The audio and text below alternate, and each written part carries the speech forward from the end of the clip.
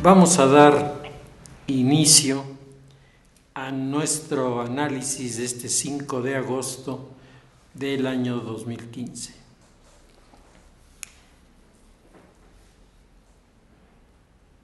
El hombre ha tratado desde que hace historia de construir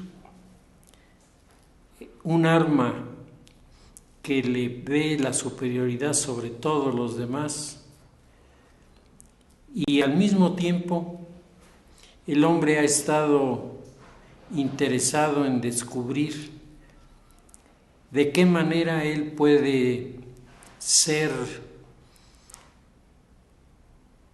inmune a las armas que él mismo tiene o a las que tienen sus adversarios. Son dos de los sueños del ser humano desde las más antiguas culturas hasta el mundo en el que estamos viviendo.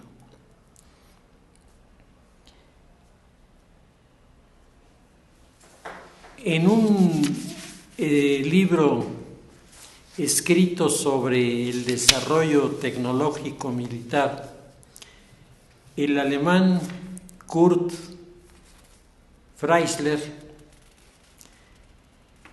que es quien firma este texto de las armas maravillosas, las armas milagrosas, dice que desde que el hombre fabricó sus primeras armas de pedernal hasta la guerra de las galaxias, los misiles, las atómicas y la bomba de neutrones, el hombre sigue obsesionado por conseguir este dominio sobre las armas que le permita el plantear su superioridad militar sobre los demás.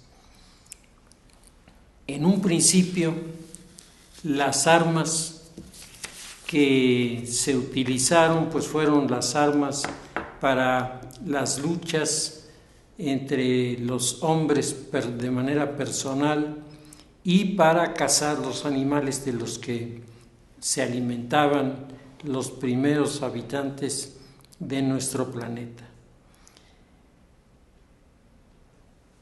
De ahí surgieron armas como el hacha, la maza y la lanza, que fueron las que el hombre primitivo manejó con mayor eficacia. Pero el hombre ha tenido a lo largo de todos estos años una enorme facilidad para inventar cosas para matar a los seres humanos.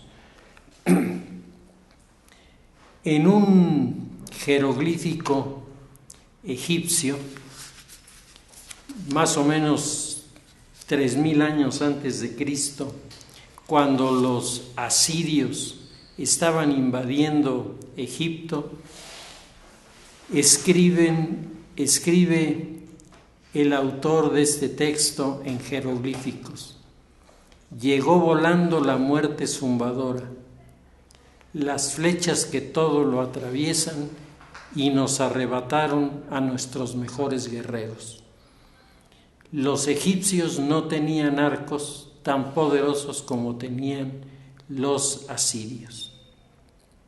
Y el pueblo asirio se convierte en el mundo antiguo en el ejemplo, la referencia inevitable de esta búsqueda inagotable de armas y de instrumentos militares. En una tablilla escrita por los asirios, el texto dice: yo volaba veloz como el dios de la venganza en mi carro de guerra tirado por 8 caballos. Por encima de los cadáveres de mis enemigos pasaban las ruedas de mi vehículo. Y estamos hablando de 2500 años antes de Cristo. Es decir, ya esta idea estaba plasmada en los grupos más antiguos que tuvieron esta vida muy agitada de enfrentamientos con todos sus vecinos.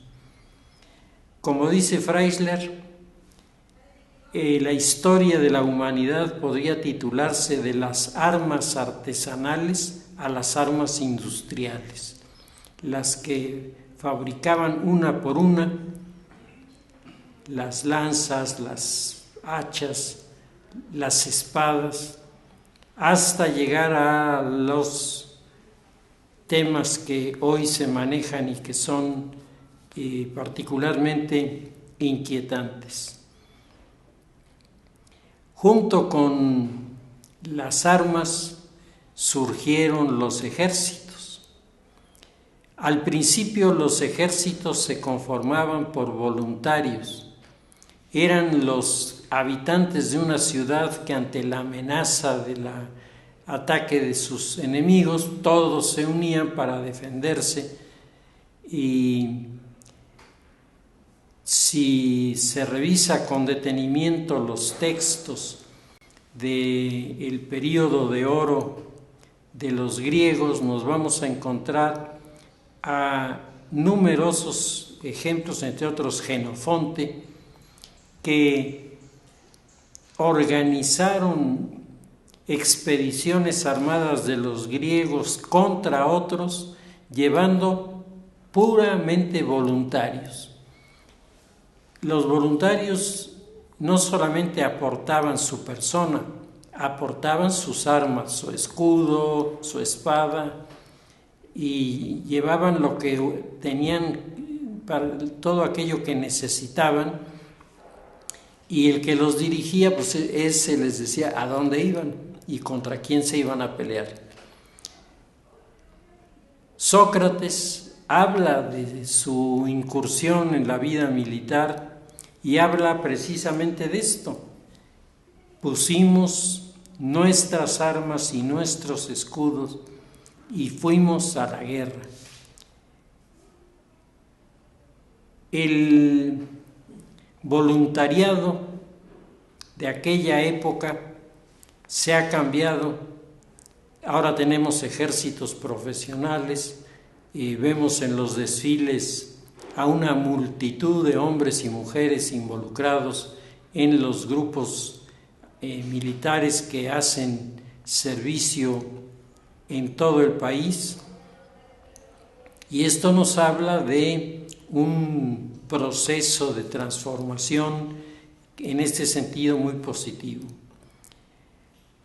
Los mercenarios, que serían lo contrario de los voluntarios, el voluntario no pelea por dinero, no pelea por bienes, pelea porque está convencido que hay que hacerlo, mientras que el mercenario pelea por lo que le pagan.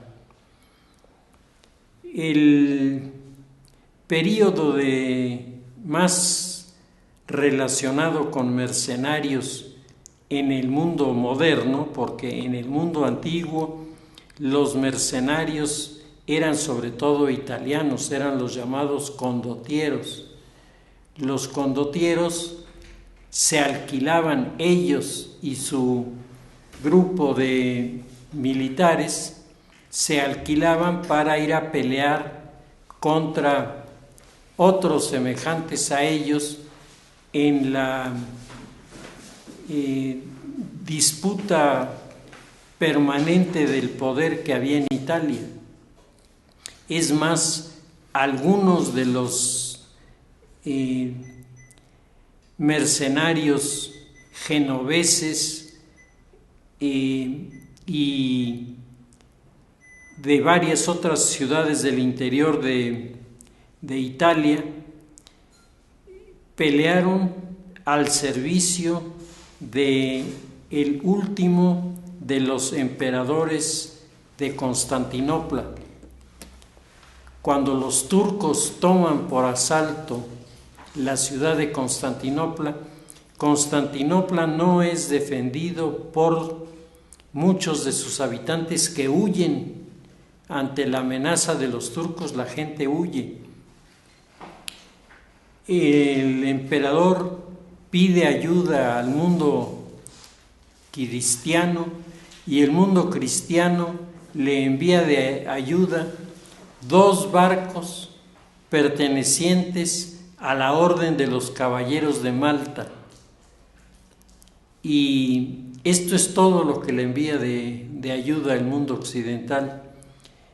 Entonces el emperador decide contratar a unos condottieros, los hermanos Guacardi, que tenían fama en Italia, y los Guacardi le aceptan el trabajo, ir a pelear por Constantinopla, y le ponen un límite a su acción militar.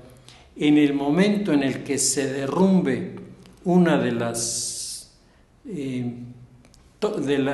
paredes de la fortaleza, en ese momento quedan relevados de su responsabilidad. Pero mientras, ellos estarán allí.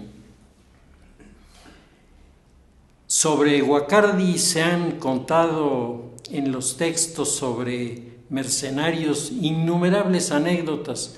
El hombre medía un poco más de 2 metros y yo creo que era casi cuadradito porque era terriblemente fornido, y su espada la manejaba con las 2 manos, era un mandoble con el que hacía estragos frente a sus adversarios. Los hermanos Guacardi pelearán, como dijeron, por la defensa de Constantinopla. Cuando uno de los soldados de Constantinopla platicó con Guacardi, le preguntó: ¿cómo vamos a estar seguros de ustedes si les están pagando por pelear? O sea, cuando ustedes vean que las cosas están mal, se van a ir. Y Guacardi le dijo: no entiendes lo que es ser mercenario. Ser mercenario sí es aceptar dinero por pelear, pero eso implica tu honra, tu honor. Y los mercenarios no vamos a manchar el honor de la profesión abandonando nuestros puestos en esta ciudad de Constantinopla. Cumpliremos hasta la última, hasta el último condicionamiento que hemos puesto, y así ocurrió. Los musulmanes, los turcos, derribaron la muralla de Constantinopla, que era enorme y anchísima, pero no tenía cimientos. Entonces, como no tenía cimientos, con un enorme cañón construido por un húngaro renegado, Orbón, este cañón disparaba unas balas de piedra gigantes, no las disparaba muy lejos, pero entonces lo pusieron cerca de una de las murallas y comenzaron a dispararle a la muralla hasta que la muralla se vino abajo, y en ese momento los mercenarios y los caballeros de Malta se replegaron. Mientras corrían por las calles de la ciudad para abordar sus naves y salir de Constantinopla, los turcos los dejaban pasar. Los turcos no los enfrentaron porque los turcos sabían de la ferocidad de estos combatientes y nadie quiso, ya vencida la plaza, arriesgarse a perder la vida por enfrentarse a ellos.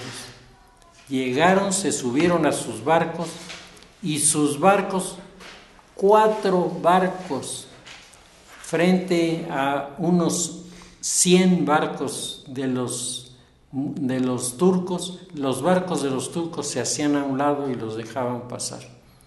El prestigio de los mercenarios estaba bien ganado, eran combatientes profesionales. Nicolás Maquiavelo hablará sobre esto en su libro Sobre la guerra, y Nicolás Maquiavelo cometerá un error, yo diría casi imperdonable, en una persona como él. Dice Nicolás Maquiavelo que las armas de fuego, que es la gran aportación de el mundo en la edad moderna frente a otras armas que habían existido ya por muchos años, por milenios. Las armas de fuego, dice Maquiavelo, son juguetes que están de moda, pero en cuanto se pase la moda, las armas de fuego desaparecerán, y dice Nicolás Maquiavelo, y seguirán reinando la lanza y la espada, que son las armas del campo de batalla. Ahí estaba perdido Maquiavelo. Maquiavelo no supo calcular el desenvolvimiento de la pólvora, y bueno, pues hoy sabemos que es todavía el principio de la explosión de la pólvora, aplicado ahora con otras sustancias y en otras condiciones, la que sigue haciendo funcionar los fusiles. Los diferentes grupos militares de esa época veían en el arcabuz, veían en los cañones, las armas que iban a cambiarlo absolutamente todo. Uno de los escritores sobre el tema de las armas y las guerras dice: las verdaderas armas secretas de una nación son tres: la estrategia, la táctica y la disciplina. Pero sin disciplina, la táctica y la estrategia no se pueden aplicar. Decía el filósofo de la guerra, el alemán, decía: el soldado común no tiene otra cosa que hacer más que obedecer. No hay ninguna otra alternativa.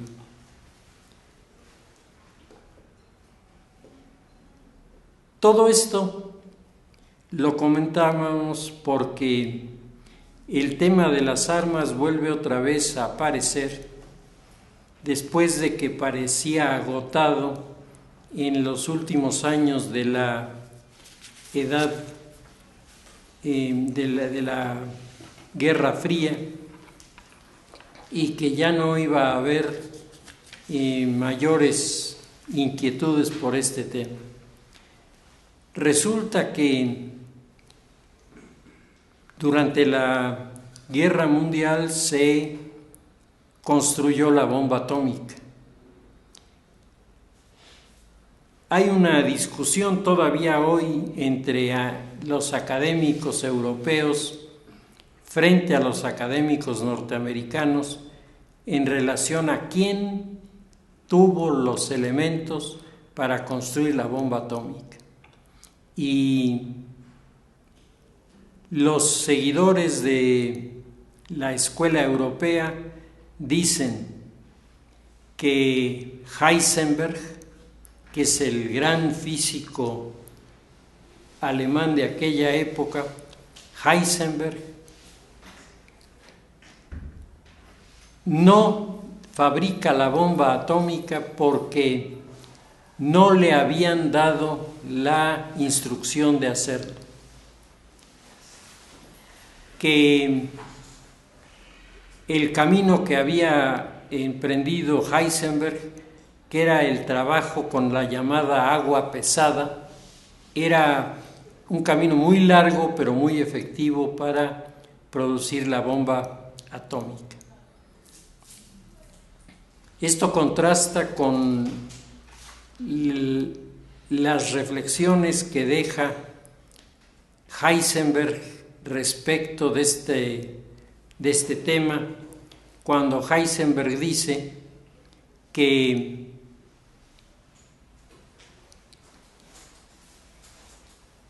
el objetivo de construir la bomba atómica fracasó, primero porque los alemanes se habían visto obligados a operar a partir del agua pesada, que no era el elemento adecuado, y en segundo lugar porque el gobierno de Hitler había expulsado algunos de los cerebros más brillantes que tenía Alemania en el orden de la investigación. Y esto es totalmente cierto.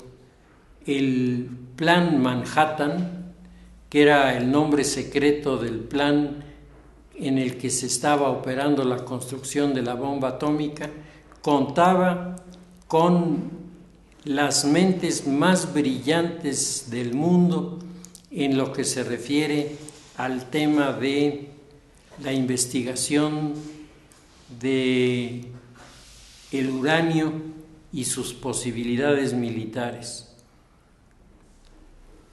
Cuando estalla la bomba atómica, eso lo cuenta Heisenberg, cuando estalla la bomba atómica, Heisenberg llamó a los investigadores alemanes que habían estado trabajando con él y les dijo: hemos sido derrotados no solamente por la bomba, por los efectos de la bomba, hemos sido derrotados porque ellos son más brillantes que nosotros. Según testigos presenciales, Heisenberg no pudo seguir hablando y se le llenaron los ojos de lágrimas, sintiéndose absolutamente superado por sus contrincantes que estaban al servicio de los Estados Unidos. Y una anécdota importante respecto del tema de los científicos que apoyaron el proyecto Manhattan es que una vez concluido el proyecto, una vez construida la primera bomba atómica, una vez probada la bomba en el desierto de Mojave, en los Estados Unidos, una vez que fueron conscientes del terrible poder destructor de esta bomba, varios de los allí presentes firmaron una carta en la que le pedían al presidente de los Estados Unidos no utilizar la bomba atómica. Dadas las terribles consecuencias que esto provocaría al ser arrojada la bomba. Sin embargo, el gobierno norteamericano, el gobierno de Harry Truman, discutió sobre si utilizar la bomba atómica o no, y después de los informes que los servicios de inteligencia norteamericanos les dieron de cuál era la actitud mental de los japoneses, decidieron finalmente arrojar primero la bomba atómica en Hiroshima y luego la bomba atómica, la segunda bomba atómica que buscaba ya afectar en este segundo lanzamiento los centros de fabricación de armas en el Japón. Nagasaki era uno de los grandes centros de producción de armas y por eso se le escogió como segundo blanco para atacarlos.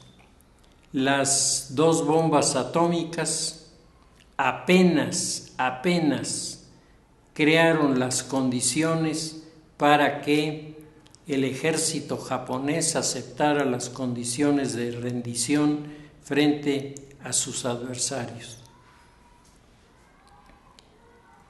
Harry Truman, antes de lanzar la bomba atómica en Hiroshima, asiste a una reunión en Alemania, la reunión de Potsdam, en la que están presentes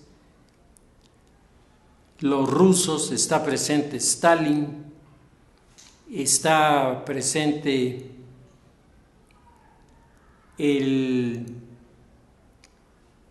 ya para ese momento casi defenestrado Winston Churchill. Winston Churchill pierde las elecciones inmediatamente después de la guerra y Truman había comentado con sus asesores en el campo de la política la ventaja o desventaja de decirle a Stalin que tenían una bomba atómica. Entonces, después de largas discusiones, dijeron, pues se lo vamos a decir. Y entonces el que quedó en la disposición de hacer esta presentación fue Truman. Entonces, Truman buscó la oportunidad y cuando quedaron nada más los intérpretes y Stalin con Truman, Truman le dijo a Stalin, general, quiero comunicarle que mi país posee un arma de destrucción verdaderamente terrible que podemos usar con nuestros enemigos. Y ante el asombro de Truman, Stalin se le quedó mirando y le dijo, pues si tienen esa arma, úsenla. Y se fue y los dejó. Y el asunto fracasó porque los rusos tenían un espía en el proyecto Manhattan, que era el físico, era un físico Klaus Fuchs, que posiblemente fue uno de los más brillantes espías a lo largo de todo este periodo, porque no solamente era un hombre muy brillante intelectualmente, sino que entendía perfectamente los temas que se estaban tratando y sus alcances y sus posibles consecuencias en el futuro. El campo de desarrollo de las armas en la Guerra Fría se vio representado en primer lugar por la guerra, por el dominio del espacio, del espacio profundo, en donde la carrera llamada espacial estaba teniendo lugar. Era muy claro que en esta lucha, en esta competencia, se estaban jugando cosas muy importantes. Sin que los rusos lo supieran, los americanos deliberadamente habían provocado la guerra, la escalada de la guerra espacial, en donde los rusos tenían en principio la ventaja.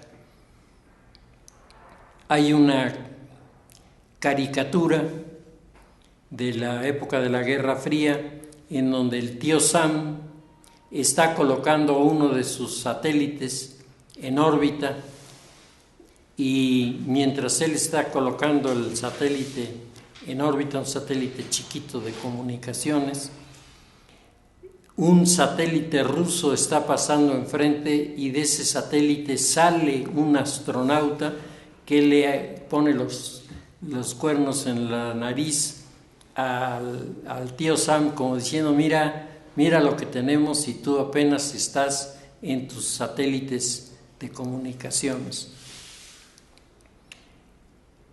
Era muy claro el desafío y el precio y el costo y los resultados de la guerra de del espacio, de la carrera espacial.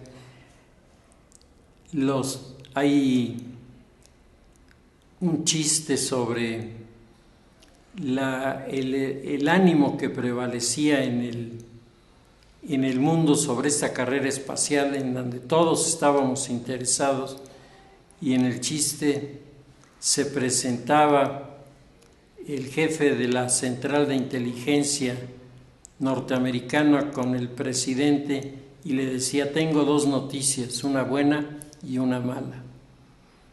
Y entonces decía: pues dame la noticia mala primero. Y entonces dice: la noticia mala es que los rusos llegaron a la luna y la pintaron de rojo. Y dice, y entonces le dice el presidente todo azorado: ¿cuál es la buena? Dice: que nosotros llegamos después y pintamos tome Coca-Cola. Entonces era la idea de qué se pensaba de la carrera espacial. El tema de la carrera espacial termina con el hombre en la luna, y con esto la competencia queda resuelta, y a partir de ese momento viene el declive cada vez más acelerado de los rusos. Los norteamericanos desarrollan la bomba de neutrones, con la que garantizaban la destrucción de los tripulantes de los tanques de guerra rusos y la conservación del equipo blindado para poderla utilizar ellos, los americanos.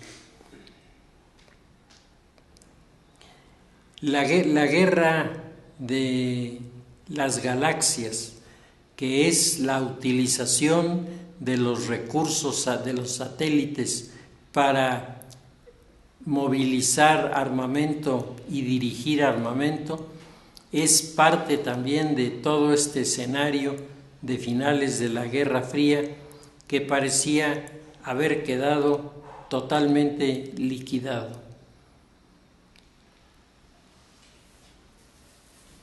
En la última semana se llevó a cabo en la ciudad de Buenos Aires, Argentina, una reunión de académicos, es una reunión de universitarios que tienen facultades que investigan los temas de la inteligencia artificial. Y entonces los académicos reunidos en Buenos Aires han decidido enviarle a la Organización de las Naciones Unidas una carta abierta en la que fijan su posición respecto del tema de las armas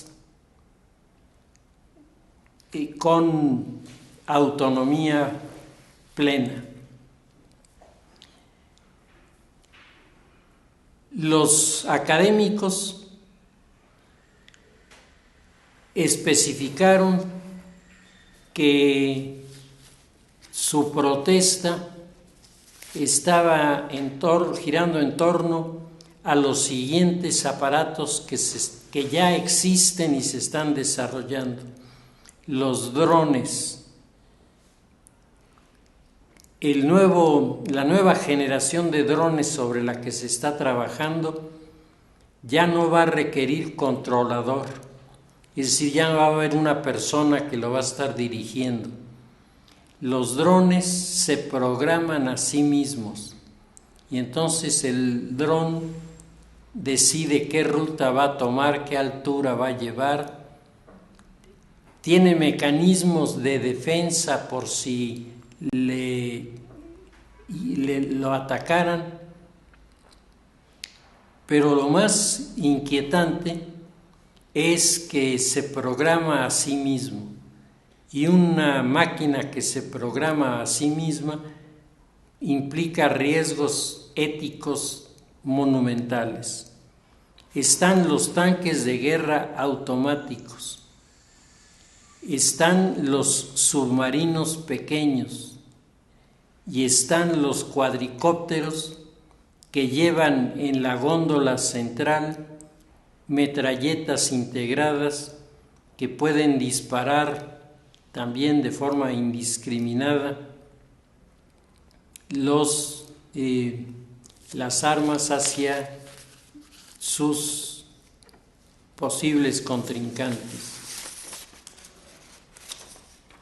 Mientras se llevaba a cabo esta reunión en Buenos Aires, los periódicos aquí en México nos ponían a disposición este anuncio en el que se ven los drones, los cuadricópteros, con todas las cosas que pueden hacer, con todas las habilidades que tienen y además con unos precios que verdaderamente desconciertan.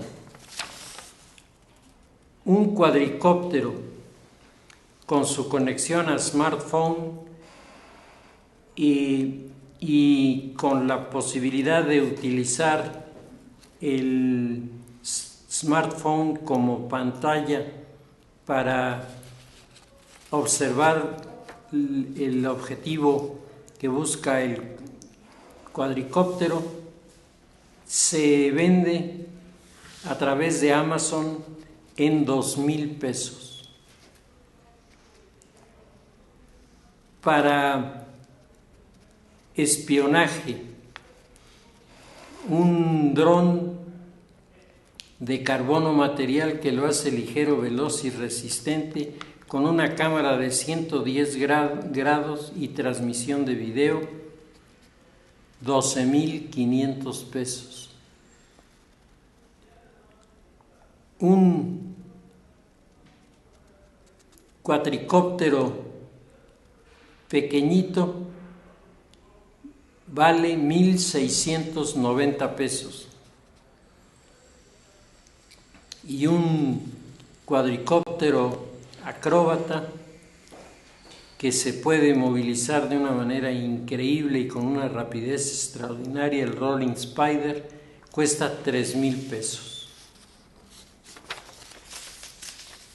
Mientras se celebraba la reunión a la que estamos haciendo referencia, se publicaba esta nota: uno de los fusiles inteligentes, un arma que se conecta a la computadora. Si ustedes vieron la nueva y detestable versión del Chacal, en donde el personaje utiliza un rifle de estos para intentar llevar a cabo su atentado, el arma se conecta a una computadora, a una laptop, se le introduce un programa y se deja, y el arma solita se activa al comenzar a cumplirse el programa que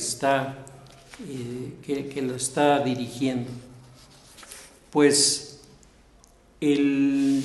la construcción de este fusil fue hackeada y ahora es otro más de los productos que se pueden obtener en el mercado negro sin grandes problemas. Si uno tiene billetes verdes en la mano, uno puede hacer muchísimas cosas. Pues con todos estos antecedentes y con toda esta reflexión,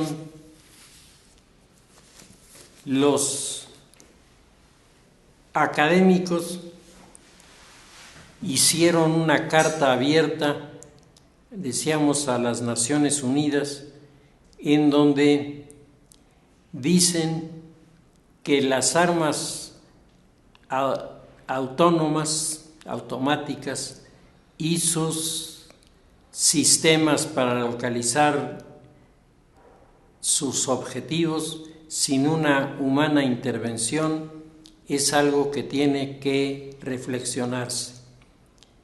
Su poder incluye, por ejemplo, cuadricópteros armados que pueden buscar a quién eliminar, pueden matar a personas y pueden, entre comillas, definir los criterios éticos de lo que están haciendo, pero ellos pueden llevar a cabo acciones donde no haya seres humanos que estén interviniendo, y sin embargo las decisiones de los blancos las toma el arma, y esto es sumamente discutible.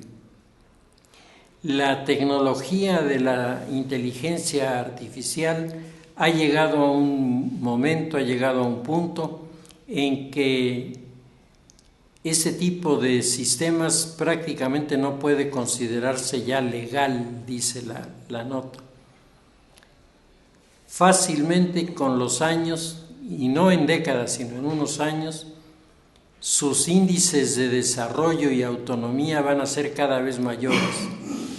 Las armas autónomas han sido descritas como la tercera revolución de la guerra, después de la pólvora y las armas nucleares.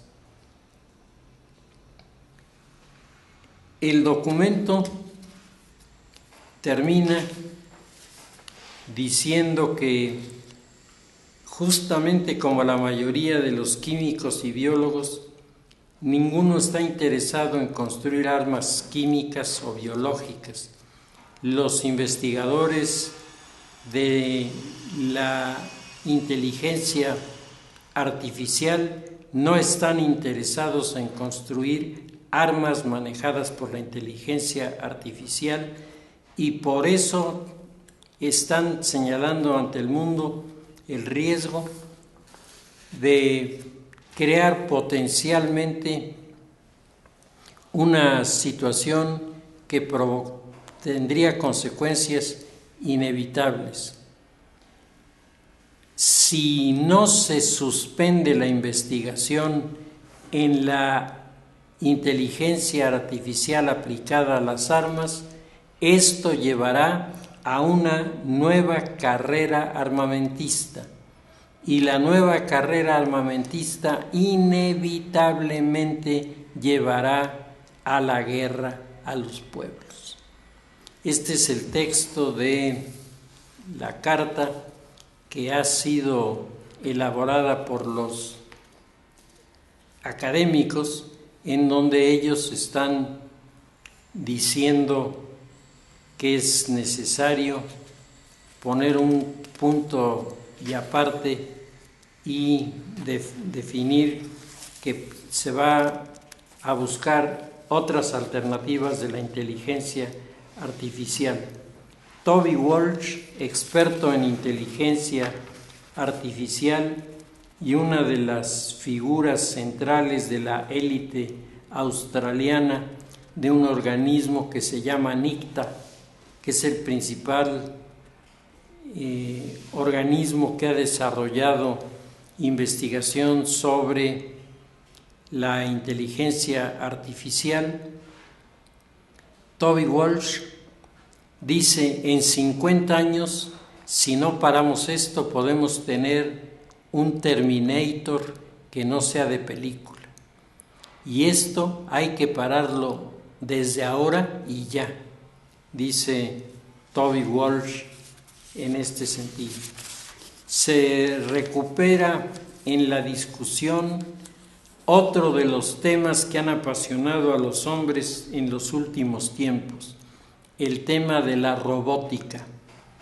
El tema de la robótica irrumpió como preocupación en el mundo después de la Primera Guerra Mundial. Después de la Primera Guerra Mundial apareció una obra de teatro que se llama Robot. Es la primera vez en la que se plantea de manera abierta en una obra de teatro el rechazo al uso de las máquinas frente a los seres humanos.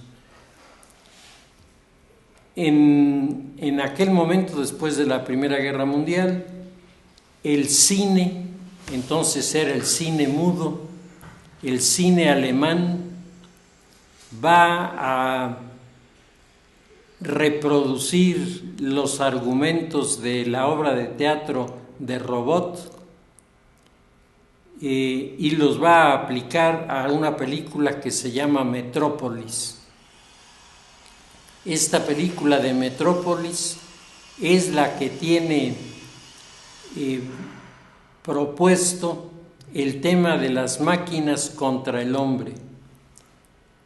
El ser humano se ve confrontado por toda una serie de problemas en la película esta, en la que los que trabajan para las máquinas viven en el mundo inferior, viven en unos sótanos gigantescos, en donde hay ciudades de obreros que nunca ven la luz del sol, están para entrar uno tras de otro los turnos a manejar las máquinas y a producir.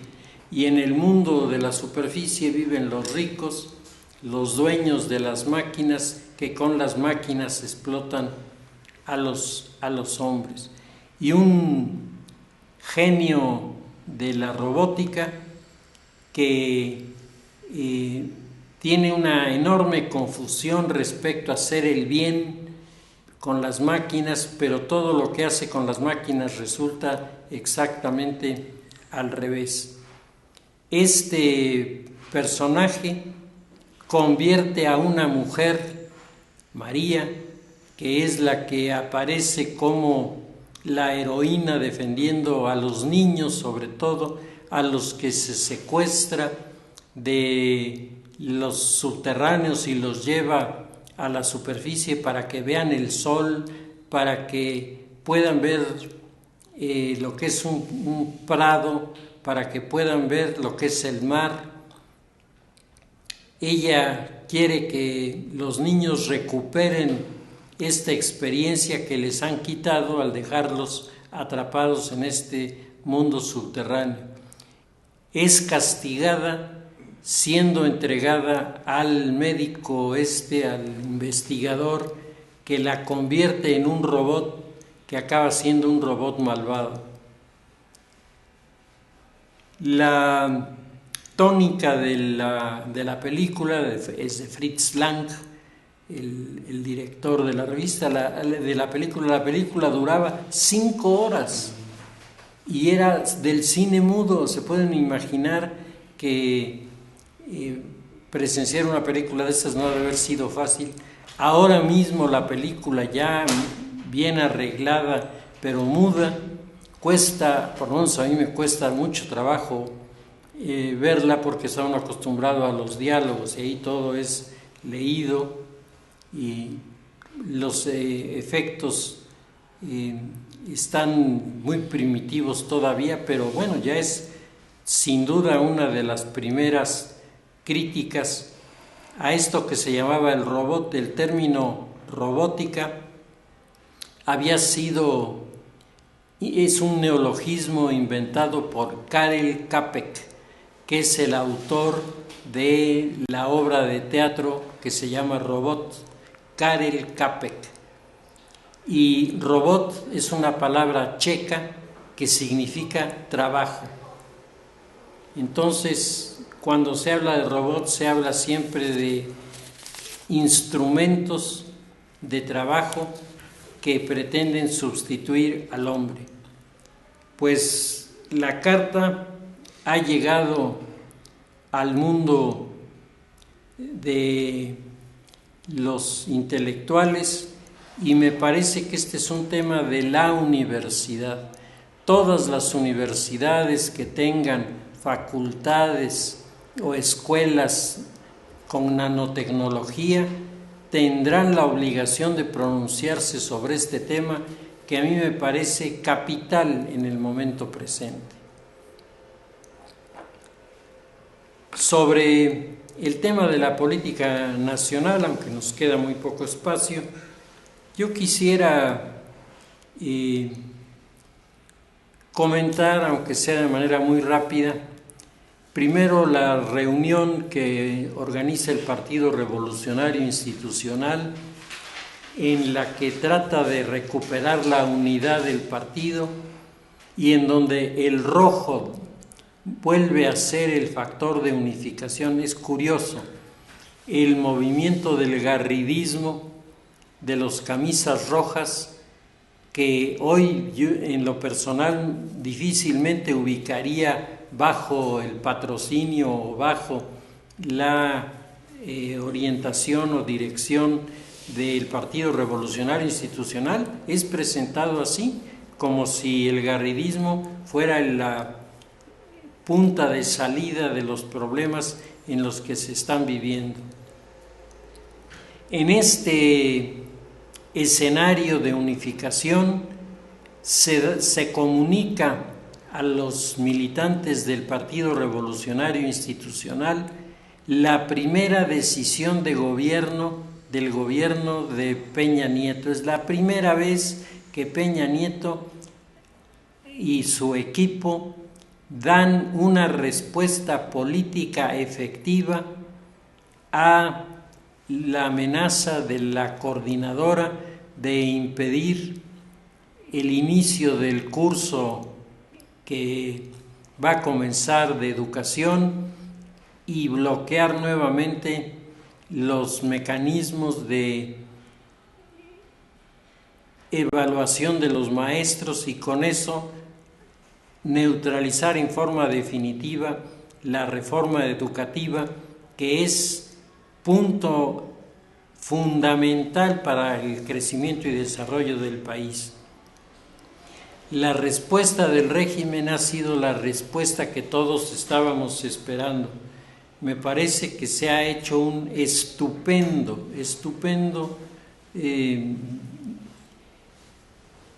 diseño de la respuesta. Se ha hecho un diagnóstico muy claro y lo que todos nos preguntamos es ¿por qué hasta ahora? ¿Por qué hasta ahora? Porque nada de lo que se está poniendo allí, la organización de la nueva unidad educativa, etcétera, nada de eso estaba fuera de los alcances del gobierno para haberlo hecho antes. Sin embargo, por alguna razón que no se ha explicado, esto había quedado fuera de toda posibilidad de incorporación. Bueno, pues ahora ya está, y esto sin duda busca recuperar la credibilidad en la persona de el presidente. Sin embargo, la persona del presidente está fuertemente criticada y, según la encuesta publicada por el periódico Reforma, nunca un presidente había estado tan bajo en la estima de sus ciudadanos como Peña Nieto en el momento actual. Aún así, a mí me parece que la medida adoptada fue una medida interesante. De la misma manera que parece interesante el ver cómo dentro del Partido Revolucionario Institucional puede verse por las camisas y las chamarras rojas ubicada un sector del partido y otros que van vestidos de manera diferente. La pregunta es, ¿no les avisaron? ¿No les interesó? ¿Forman parte de facciones distintas? Lo que a mí en lo particular me llamó muchísimo la atención es que todo el grupo del presidente, comenzando por Videgaray, que está en primera fila, están vestidos con su chamarra o su camisa roja, y Osorio Chong va de negro. Esto es, a mi modo de ver, una especie de mensaje, porque si todo el grupo se unifica en torno a un proyecto, llama mucho la atención que alguien que se encarga de una dependencia tan clave como la Secretaría de Gobernación se le hubiera olvidado, le hubiera parecido irrelevante, porque aunque así fuera, yo me pregunto, No alguien de las infanterías le pudo haber prestado al secretario su chamarra o su camisa para que no desentonara con los demás, y sin embargo no es así. Es como diría mi abuelita, el negrito en el arroz. O sea, es algo que se nota dentro del contexto, y creo que la pregunta pues habrá que buscarle respuesta en las actitudes y manifestaciones políticas que el PRI va a tener en los próximos días. Y finalmente recomendaría yo la lectura de un editorial publicado en el periódico Reforma el 2 de agosto, que se titula El efecto Rashomon, y que me parece que es muy importante para comprender la situación que estamos viviendo. Sobre este tema en particular quisiera yo en el próximo análisis hacer una extensión y profundización, porque nos está tratando de explicar Eduardo Cachia, que es el autor del texto, por qué hay criterios tan encontrados sobre lo que está pasando en nuestra economía, en nuestra política, en nuestra educación, y si no nos estaremos equivocando al apuntarnos y afiliarnos a un solo modo de interpretar los hechos, que en la práctica puede resultar también equivocado. Lo dejamos ahí y continuaremos entonces con nuestro análisis el miércoles próximo.